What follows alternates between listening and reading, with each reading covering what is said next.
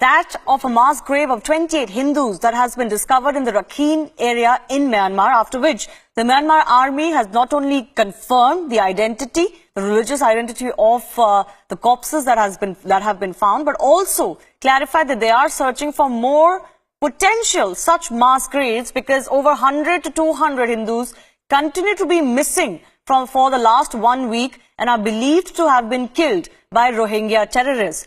Remember, Rohingya terrorists had attacked several army and police installations, after which there was a crackdown on them, which led to the latest spate of exodus of Rohingya Muslims from the Rakhine sector.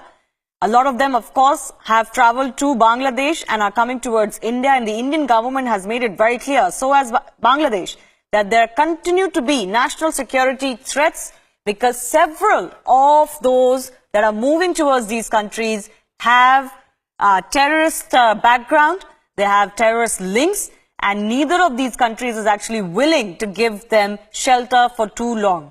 But this latest information reported by international press and also confirmed by the Myanmar army is now sending shivers down even those who had suggested that India should welcome Rohingya migrants, illegal migrants, with open arms. Because it is not just one-sided, there are mass graves of Hindus that are being found in the Rakhine sector.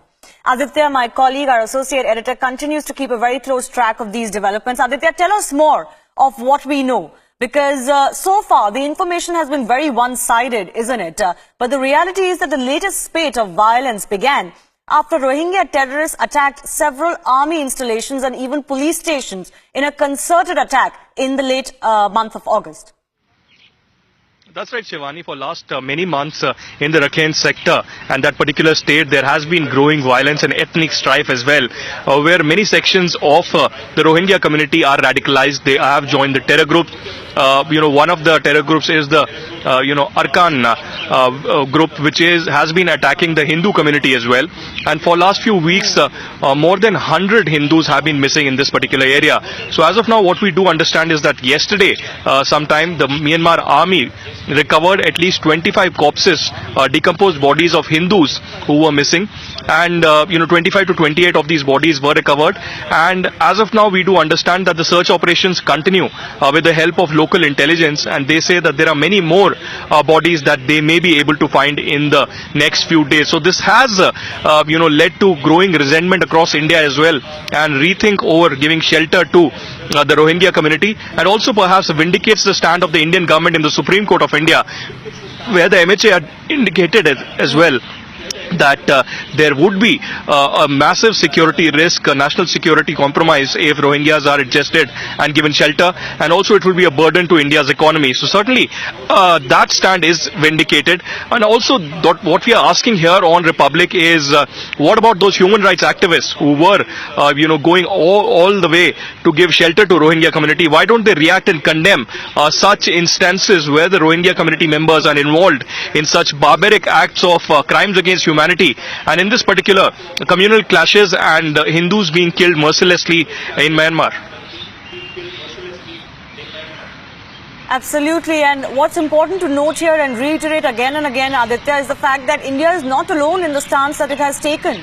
And there are intelligence reports that the government is willing to provide the Supreme Court after it was dragged to the apex court after a petition. So what is important is that national security has been cited not just by India, but also countries like Bangladesh and Myanmar itself, that there is evident proof of the radicalization of several sections, and therefore India has to protect its borders first. Absolutely. India has done its homework before declaring that these sections of the Rohingya community have been radicalized and they have links with terror groups as well. In fact, we had broken this first, that even Hafiz Saeed was hell-bent on, meeting some of the sections of the Rohingya community and radicalize them. There were massive funds that are being collected by Hafiz Saeed's Lashkar-e-Toiba and Jamaat-ud-Dawa for the same. Apart from that, yes, you are right when you say that the Myanmar government itself, the Myanmar army, themselves call these Rohingya terror groups. They name them as terror groups who have been involved in this ethnic strife and killing selectively in this particular region. In fact, we heard the state councillor very recently, Aung San Suu Kyi, who in fact indicated that she is for peace and stability, but she would condemn any kind of violence instigated by these Rohingya terrorists. And apart from that, Bangladesh has also said that while they have opened their gates to the Rohingya community, more than 4 lakh of them staying in Bangladesh right now, but they are also worried that this group might be radicalized and there might be a situation when they cannot control them because of the easy radicalization and their links with terror groups as well.